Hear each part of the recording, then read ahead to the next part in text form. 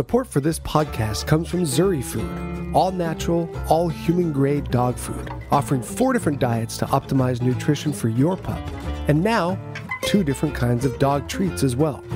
Visit www.zurifood.com today to order yours, because pups are people too.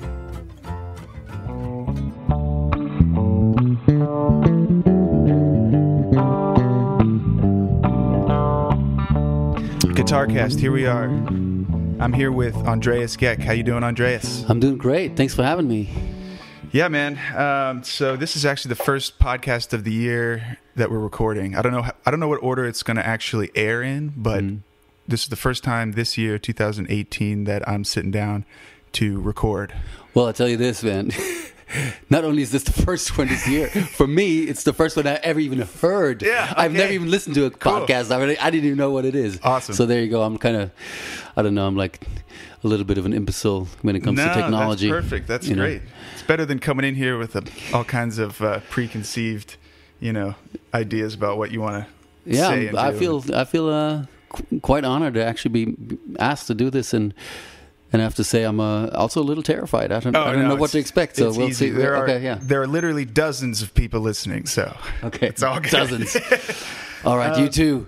So Andreas, you're a bass player. I'm a bass player. Mostly. Yes, I'm originally from Germany, actually. From Germany. Yeah. Okay. I came out here as I did my military service in 1989, and did a little bit of time in the Air Force, where I got drafted into in Germany. Mm-hmm. And then in 91, September 1st, 91, I came out here.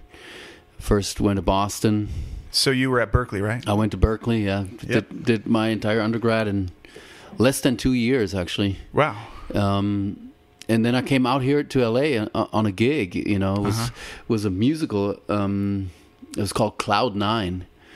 And the musical director was this lady named Eve. I even forgot her last name, and she really liked my playing. And literally, like from day one that I lived in LA, I was working. Actually, I had a gig. Actually, quite opposite from Boston. That's pretty common, I think, yeah. For a lot of. At least I can speak for like a lot of the Berkeley students, myself included, and a lot of the guests on Guitarcast actually have been Berkeley, because that's sort of like makes up a lot of my network. But a lot of people right out of school, they get a gig or a job in LA or New York or Nashville. Absolutely. And they're kind of out and working. That happened to me. I graduated. The very next day, I was in a van headed out to LA. Yeah. 2 weeks later. Right. 2 weeks later, I had a job. I had, 2 jobs, and I was starting a band and all that stuff. So it's kind of... it seems like that's been pretty common so far. Yeah, and everybody always comes down on LA, and to me, LA has always been good. It's not the prettiest city in the world, I agree. It's really easy for people outside of LA to sort of hate on LA, but there's a lot of good people here. There's a lot of good work for a musician. And oddly enough, I'm going a little bit off on a tangent. People always say that LA is so plastic. And I find it's quite the opposite, actually. It's very granola and very non-plastic. I mean, I don't know. Right. Those people should go to Miami. I think, exactly. It's much more. I think when people say that, I think they're talking about a very specific part of LA. They're talking about Hollywood. But those things don't even exist anymore. With the whole LA gentrification, for example, like the neighborhoods have completely changed in the last 10 years. Like from. And the trends are all going towards more natural. Even the architecture and people and furniture and stuff, it's like wood. Everybody wants to have something that's wood and leather and, to eating habits. Just think about what people were eating healthy lifestyle 15 years ago. But I agree, man. I love it here. And, it's been good to me too. Yeah. But so we actually met on a gig or a series of gigs. Yes. Here in town with a guy named Chris Murphy. Yes, the almighty Chris Murphy. That's right. Great fiddle player, by the way. Yeah, and he's going to be on here too. Okay. I'm going to get him on. But so he has several bands that do all different styles of music, and they're kind of working bands, so to speak. So in my mind, at least, there's always been a difference between a band that I think a lot of people have this concept of, oh, you're in a band, that you're in this tight band. The goal is to get on the radio or get a record deal or something. But there's this whole world of musicians, and I think in playing, that a lot of people I don't think realize is there, which is just working and playing at events and weddings. Oh, absolutely. Parties. It's a whole subculture. And actually, people I think catching up onto that scene like more and more nowadays. All these documentaries are being made on. I just watched one that's called Hired Guns. I just saw that just recently. And of course, the one that was, I think, 20 feet from stardom or something. What right, it was about called, the background singers. All those things are just popping up more and more. And whereas people originally were more confined to having fame in the music scene, those guys are kind of stepping out, I think, a little bit more and kind of getting recognized from the mainstream, Yeah, I think. Sure, and a lot of times you'll find that the more like the better musician, like there's some really good musicianship playing at a backyard party, absolutely, or at a wedding. And that's another thing about LA, kind of what we're talking about, that because of the weather out here and because of the neighborhoods and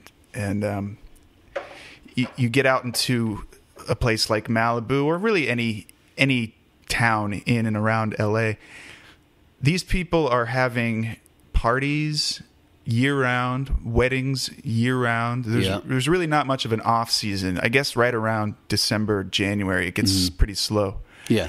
But I found in my previous band, we were working year-round, well-paid at just people's parties and events. Absolutely. And find ourselves at these beautiful houses. Absolutely. With these magnificent views and everything, and we're there playing bluegrass, so...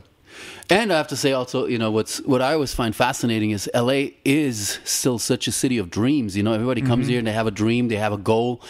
And, a lot of fantastic musicians from all over the world come to LA and they have that same goal. And there's only so many goals that people can achieve, or that there's only so many people that can actually achieve that goal. And so you find all these amazing players in LA in backyard parties, and in just trying to do the grind, and you get treated to quite an amazing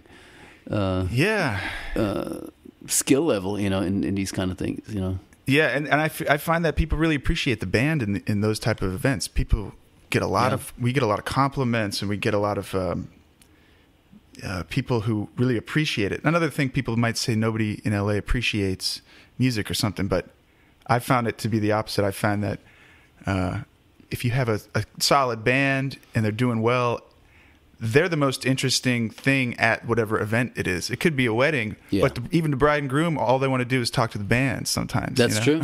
That's So it's and I got a lot of my playing live training, if you will, in those types of environments versus the other thing of being in a venue on stage with an audience who's paid to get a ticket, that kind of thing. Oh yeah, I mean the training factor is amazing if you do those kind of grinder gigs. Like I remember back in the Berkeley days, there were so many great musicians in Berkeley. Like my first year, I barely worked at all. I mean, it was and it was really just for me going there for the college experience and learning stuff in college. But then I got this gig with this tenor player, Curtis Rivers was his name, one of those older cats, one of those from the early days of the the bebop era, and in one night I'd learn more than an entire semester of Berkeley, and I literally would leave the venues, and thinking, oh my God, I can't believe I wasted all my time for the last half year learning something when I can just do one night with this guy and he kicks my ass so hard that I'm shitting my pants, and I learned everything that I needed to know. Yeah, and it's like the teachers at Berkeley. I had some teachers who really tried to relay that real life in the field type of learning, and they could only get so far with preparing you for something like that. But there's really no substitute. You can't learn it in a classroom. You have to be on stage and something goes wrong and you're like in a spot where you go, I broke a string, or we're off the form, or we're in the wrong key, whatever. And you have to come up with it on the spot, and you have to fix it right then and there and make it look nice and with a smile on your face. Yeah.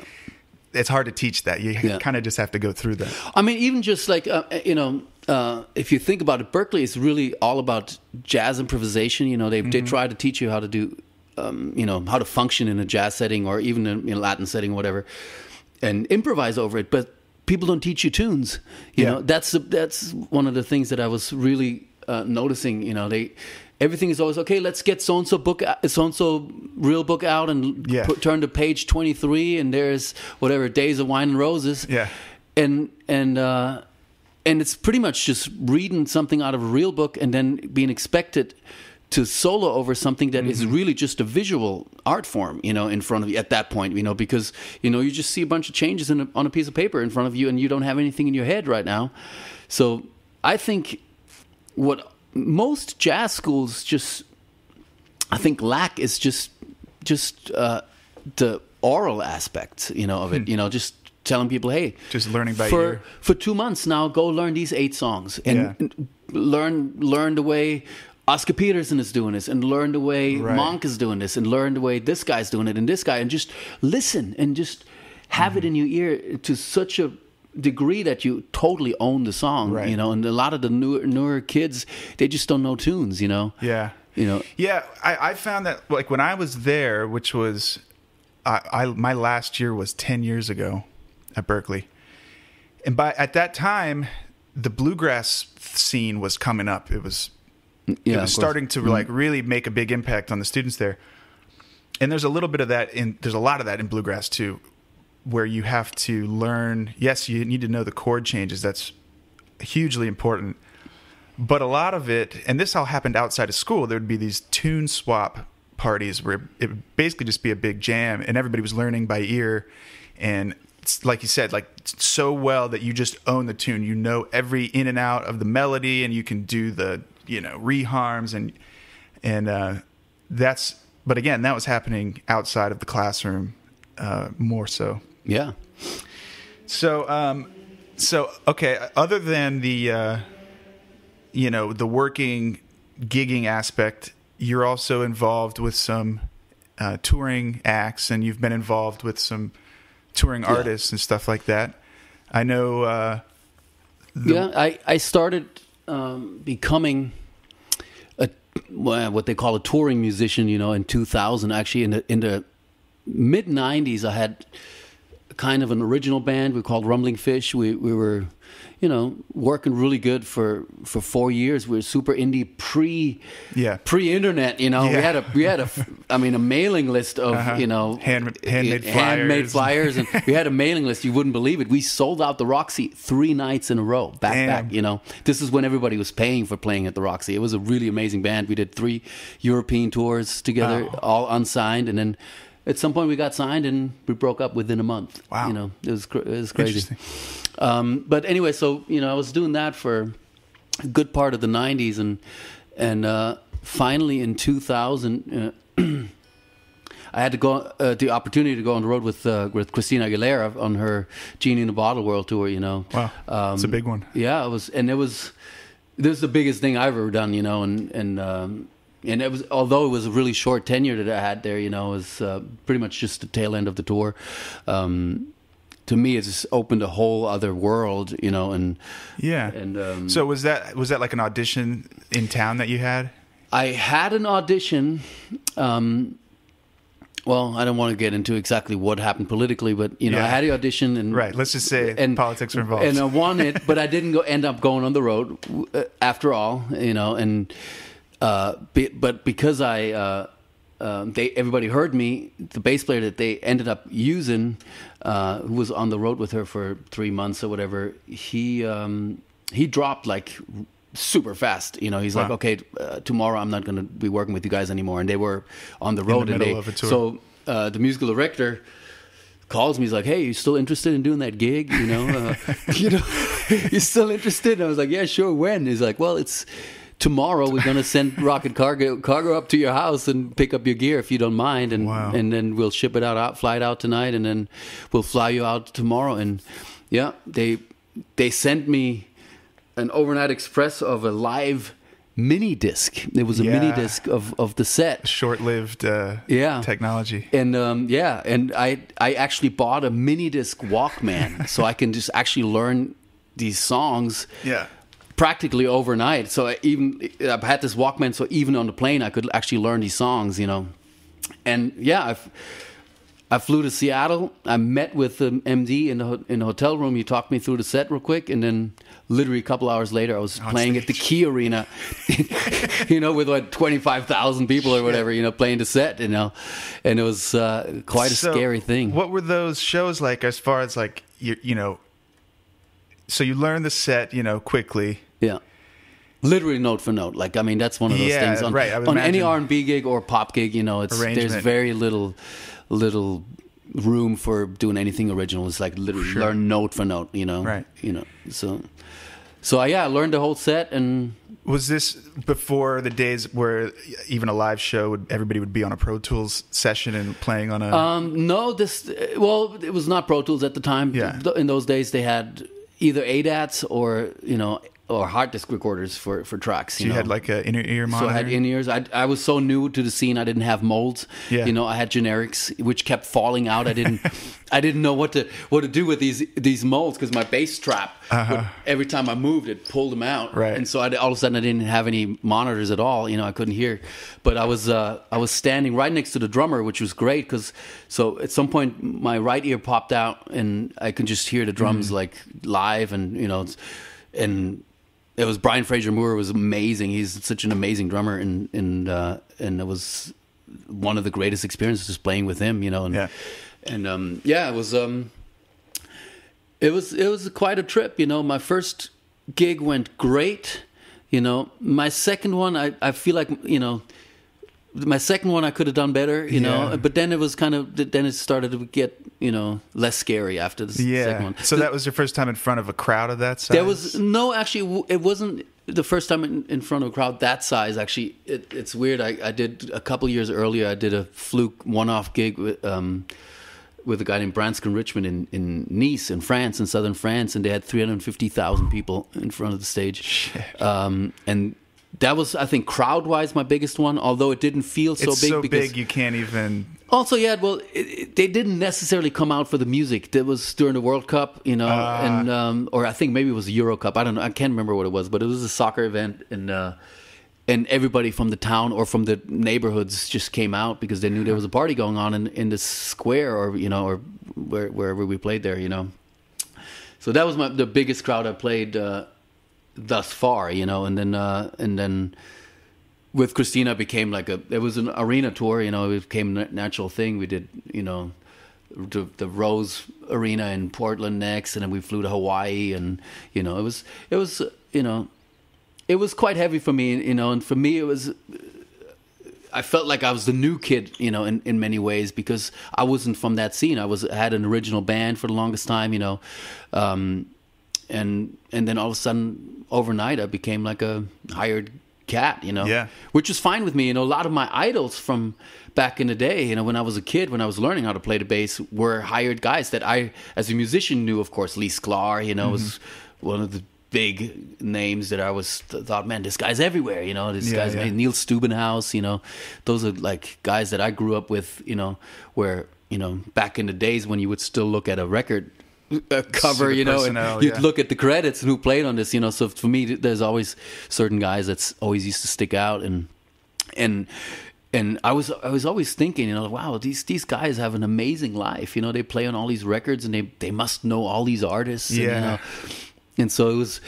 To me, it was like, wow, I feel like I made it, even though I didn't make it. I was just like some guy that was. Well, that's another thing that you kind of learn as you go, is that there really is no making it. Like you're just always progressing, and you're always going after the next biggest thing. Yeah. But I remember being a kid and having the same thoughts and thinking like, so and so, one of my favorite bands or favorite artists, they've made it. They're where they want to be. Yeah, and they've landed, but when you start gigging, not only do you realize that it keeps going and it never really stops, but you also realize that it's not as glamorous as people think it is. Yeah, it's funny. Like in '97, this was the first year the John Lennon Songwriting Awards came out. I don't know if you've heard of that. Yeah.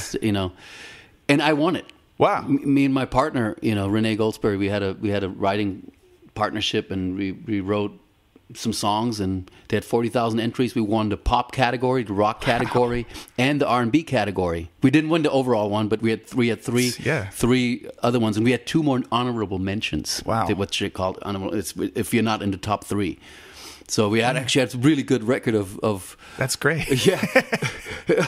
of writing songs, but it just popped to mind right now because that same year I went to Germany, and somebody told somebody that we won this, and I was on a TV show in my home country, and they asked that specific thing, hey, how do you feel it now that you made it? Right. And I was like, I don't feel like I made it. I wanted an award, or I think it was more like a songwriting competition, Yeah, yeah. And I was like, I didn't feel like I made it at all. Still looking for a gig. Yeah, I'm still looking for gigs. All the gear that we won was garbage that, just you couldn't even use, That's so funny. And it's always funny, and somebody in Germany asked me this a long time ago, and he's like, yeah, man, when you make it, will you remember me? And I was like, well, if I don't make it, will you remember me? Yeah, right. Exactly. It's so funny. Yeah. I feel like that same thing goes for actors like 10 times Absolutely. more. Because if you're an actor from a small town, you move to LA, 5 years later, you get a commercial spot. Yeah. Your friends back home think, oh my God, you're on TV. I just saw you on a commercial. You made it. Yeah. But that actor is sitting there going, I gotta get my life together. Gotta get my next commercial. Yeah.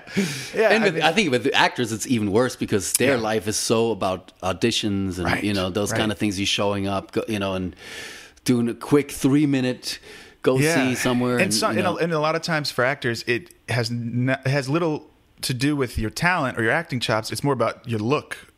So you might get canned on an audition that you did really well on, and they know you did really well on it, but you just don't have what the camera needs. Well, but that's nowadays it's more so also true for the music world, at least in the pop world, Sure. I mean, I there's so many times, as a matter of fact, since we talked about Christina, the reason why I actually didn't, after winning the audition, that I didn't make it because they wanted she wanted a different look, so.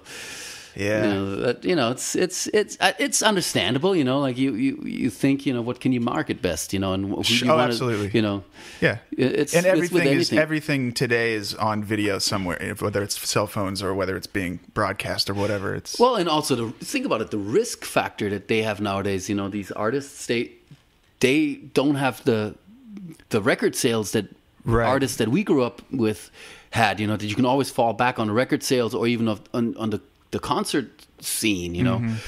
I mean, we had constantly artists back in the day going on the road, and even in the littlest towns, you can see amazing artists. I remember I saw Toto in '84 or something like that, and that was such a big deal in my little town, Yeah. And now the kids, they don't go to concerts anymore, really. I mean, it's pretty. It's tough. If you see concerts, it's a bunch of, baby boomers. Really, it's the same crowd that used to go back in the day used to go to concerts. Yeah, the festivals have taken over what I think a lot of that is true. Yes, younger people, they'll go to Coachella or they'll go to Bonnaroo. Yeah, but try getting even your friends out to see a show. I don't know. It's at a rock venue, at a club in town. Yeah, that's the problem with LA. Tough. That's one of the problems with LA. If you have an original band and you're trying to do the whole grind just to get your friends to come out, everybody expects you to be on a mailing list, or on some sort of a guest list. I'm sorry, not a mailing list. And hey, they don't want to pay the $5 or $10, right? And then later they act like they did you a favor. Yeah. I'm like, no, I was entertaining you. No, but it's like a whole thing in LA. Tough. It's like, and a lot of people, and LA is very spread out. It's if you live even just 10 miles away, 10 miles in LA, that could be an hour. Yeah. So I get it. It's hard to find like a centralized area that people say, oh, there's a show tonight, there's a band playing, I want to go see it, and actually go to it.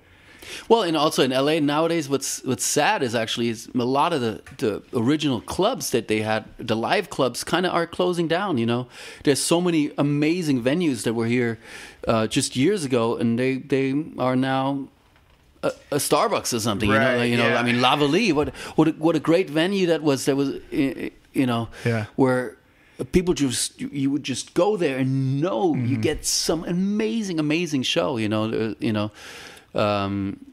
Like they had this band called Straight Jacket, you know, they were amazing. Marco Mendoza, Joey Heredia, and Renato Neto. They had like this amazing band. They would play, I think every Wednesday it was, you know, they would do 2 sets at Lavalley, and you know, anytime any of your friends were in town, you can go, hey, what are we doing tonight? Let's go. Hey, it's Wednesday. Let's go to Lavalley and just be blown away for like an evening, and for nothing, like $10, you know, whatever they used to charge back in the days, you know.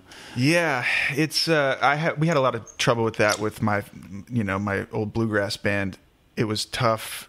That part was tough because we did play shows like that in proper venues and ticketed shows and stuff, and we had a weekly residency gig. So yeah.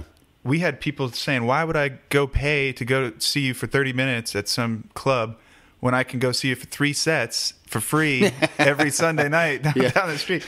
So it's just one of those things. In the other like smaller towns that I've played in, college towns, just small Midwest towns, and if there's something happening there that night, everybody goes because word of mouth gets around, and there's really nothing happening anywhere else in town. It's like, well, that's where the party is at, and people go there. And when you're in LA, there's so much happening in so many different parts of town that you're really competing with a lot for people's attention. Absolutely, yeah. But that makes it a great city, you know. Yeah. Oh, yeah. People work around it. You know what I mean? It becomes part of life, and there are bands and artists that still do sell tickets in town. Yeah. So tell me how you got started playing with Kelly Clarkson. It's kind of a long story.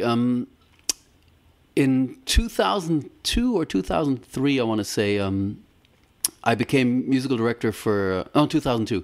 I became musical director with this Latin singer, Paulina Rubio is her name, and I was traveling with her for a while, and I had a keyboarder / computer operator named Jason Halbert on this gig, and he, on that same tour, they called him to do this new, be in charge of this new artist that just won American Idol called Kelly Clarkson, you know. And he actually on the bus asked me, hey, do you want to do this with me? And I turned it down. Yeah. I actually, I didn't know American Idol. I don't like that. I didn't like that whole scene, you know, and anything that came out of these TV music programs, I didn't like the sound of it. And then I turned it down, and then a month later or something, Since You've Been Gone came out, and I was like, I was blown away. I was like, this girl is amazing. She can blow, and the music is amazing. I mean, this is so hard, like so rocking, so hard. And I called Jason back right away. I'm like, dude, can you still get me on this? And he's like, oh, no, we got somebody already. And they got somebody, and you know, not a big deal. You know, that's life, and you make wrong decisions. Fast forward to 2015, I want to say, and I got called to be the bass player with this winner of the 9th season of The Voice called Jordan Smith. You know, and I was supposed to do this tour with him, and guess who's in the band? It was, you know, me, Corey Churko on guitar, Chad Wright, who I knew from Berkeley still, and Jason Halbert. Here he is again, and so it's the 4 of us. We're the band for Jordan, and we had a few days off near Nashville, where Jason lives, and he's like, hey, why don't you come with me to Nashville? You know, let's spend some time there, and he was saying, you know, be great if you could somehow get into Kelly's band, you know, with us. You know, I think we have a vacancy right now. I mean, she's not been working for a long time now, but it'd be great if you could join us, you know. And I was like, well, you know, I've been trying to get back on this gig for whatever, 13, 14 years, whatever it is now, you know, and So he's like, yeah, well, let's see what you can do, you know, let's see what we can do together. And sure enough, you know, a couple months later, after this Jordan Smith tour, he calls me. He's like, I think we might be on for this Kelly Clarkson thing, you know. If you want, you can play on a song right now on the record, you know, and we'll see where it goes from there. And I did that. I flew to Nashville, played on the record, and then Kelly did this thing called the Hamilton mixtape. She was part of the Hamilton mixtape, where they take songs from the Hamilton musical. Right.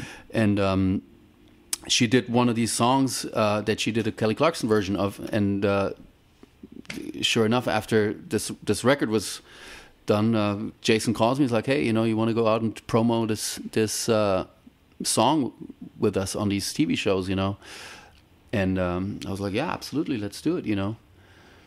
And oddly enough, this is another super small world story, you know. When he sends me the tapes, that song that Kelly was doing was a song that my old writing partner, that we won the John Lennon Songwriting Awards, that she did in Hamilton, because she was in Hamilton and she was singing that song. She was in the original Broadway cast, and she now won a Tony for it.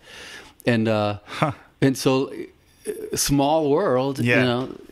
Yeah, I found that's another thing about LA, and I guess just the music world, you know, because LA works very closely with Nashville and with New York, is that you make these connections and you think you're never going to see somebody again. Yeah.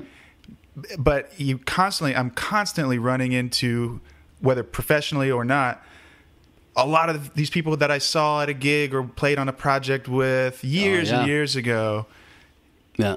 And it really has helped. That's how you get gigs, like you said, like you just said. You know, that's kind of how it comes together. Is you play with these people, and So after I did that whole promo for that song with Kelly, they kept me on, and you know, I started working with her in January 2017, and we did, you know, pretty much all the what I want to call the older promo from her previous tour, you know, all the one-off dates until August, you know, and it was great. It was an amazing time. Everybody was really amazing at their instruments, and you know, Kelly is an amazing singer, and she's an amazing artist. She's one of the only good artists to come out of that American Idol scene. Like how many singers went through that machine, you know, and how many could you name right now today, you know? Well, like, Carrie Underwood. That's right. About two. You can name about maybe three with Cat McPhee. And Clay Aiken, I guess. People know Clay, you know. So, but I don't think he won it, actually. I'm not. I think remember. some of them got second or third or something. I don't know. I stopped watching that about as soon as I started watching it, because you know, it's hard to. But Kelly's one of the few that actually had a real career afterwards, and Carrie Underwood. I think those two, Carrie Underwood and Kelly, were, I think, the only ones that had a real career afterwards. Yeah. You know.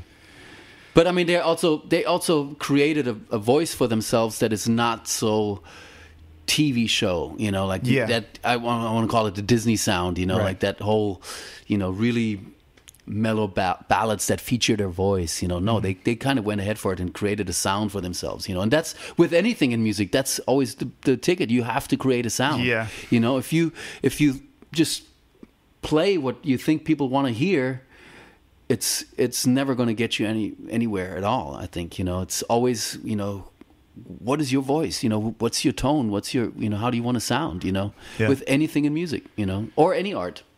Right. For that matter. Right. Know?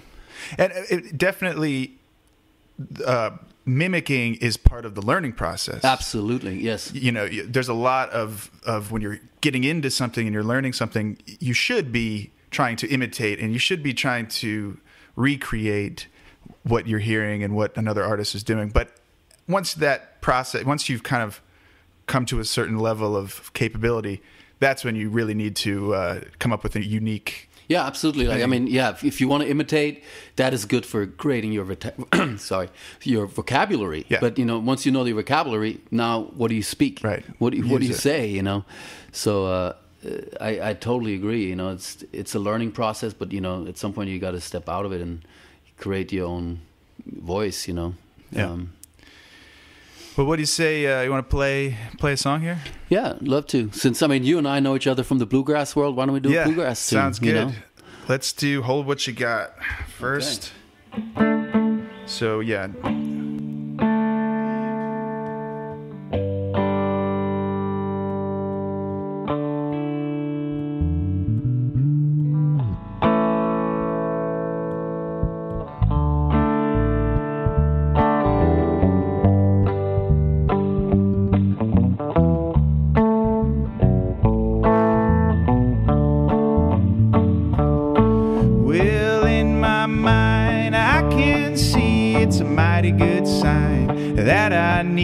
That's why I can't wait to get back home. So squeeze yourself real good and tight. I'll be home before daylight. If you hold what you got, I'm coming home to stay. Well, hold what you got, I'm coming home, baby. Hold what you got. I don't mean maybe, been thinking about you, and I'm on my way. Don't sell the house, don't wreck the car. Stay there, honey, right where you are. If you hold what you got, I'm coming home to stay.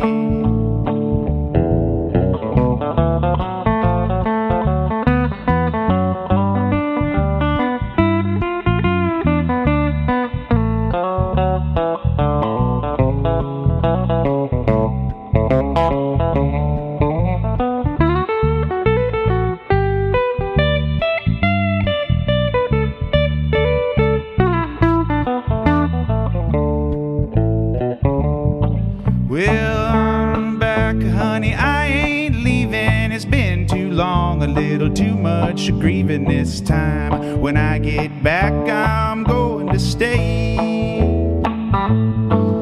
Well, we won't fuss and we won't fight. This time things is gonna be alright. If you hold what you got, I'm coming home to stay. Well, hold what you got, I'm coming home, baby. Hold what you got. I don't mean maybe, been thinking about you, and I'm on my way. Sell the house, don't wreck the car. Stay there, honey, right where you are. If you hold what you got, I'm coming home to stay. Go ahead, Andreas.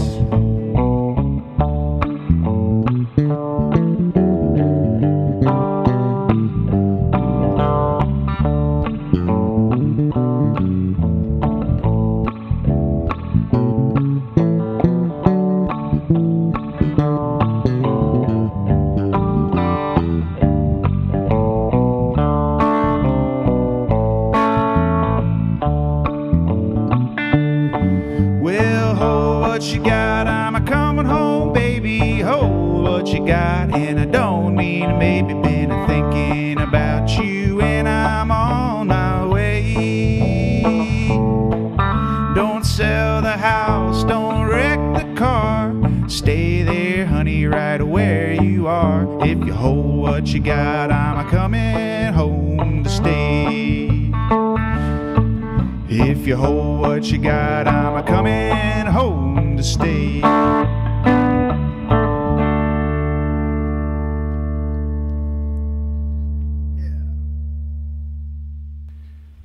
Nice playing there, Andreas. Thank you. It's actually the first time I think I did a bluegrass gig where I don't play upright. Upright, yeah. So what are you playing here? You got a 5-string? Yeah, this is kind of a Franken-Fender, I want to call it. Mm-hmm. This is kind of put together from parts that I had laying around, and this body I think I got on eBay for $80. Nice. You know, it was kind of a beat up experimental body that I wanted to use, and I had this bridge laying around. These pickups are from a company called Fernandez, and I really liked their pickups for the longest time, and then they switched making all their basses with Bartolini's, I think, at the time. I don't know if that's still the case, and I didn't like them anymore, so I kind of canceled my endorsement, and I had right. or I don't know, I don't even know if it's cancel. It means I just stopped using their stuff and butchered up all their basses because I like these pickups a lot in their electronics.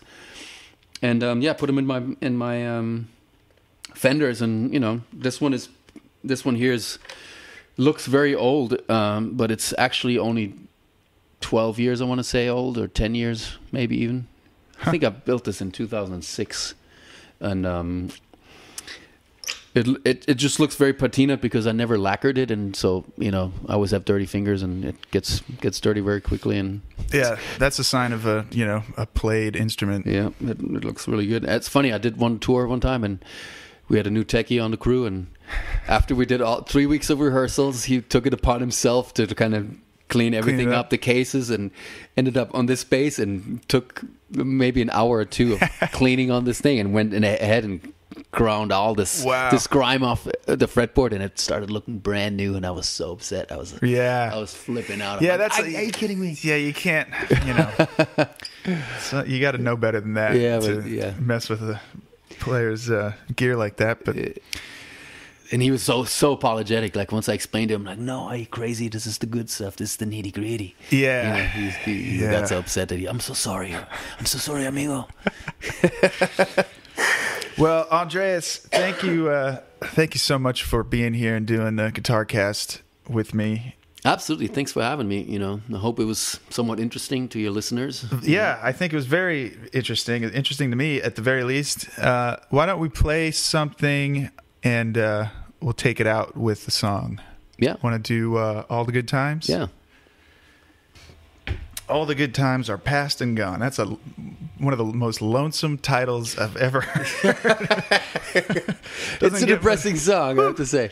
Holy moly. All right. 1, 2, 3, 2, 2.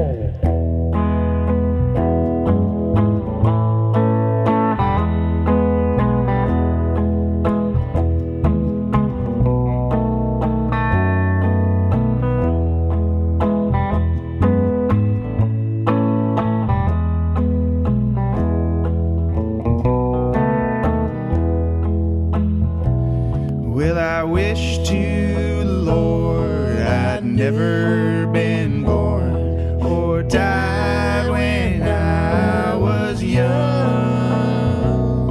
I never would have seen your sparkling blue eyes or heard your lying tongue. All the good times are past and gone. All the good times are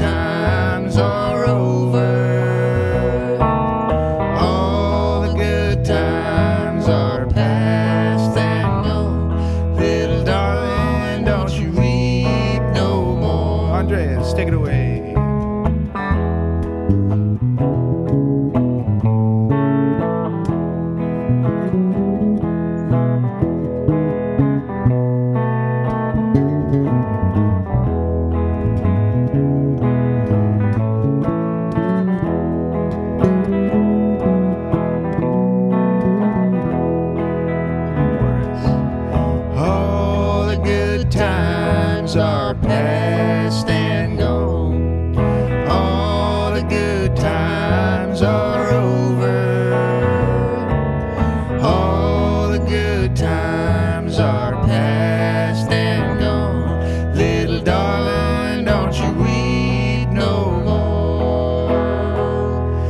little darling, don't you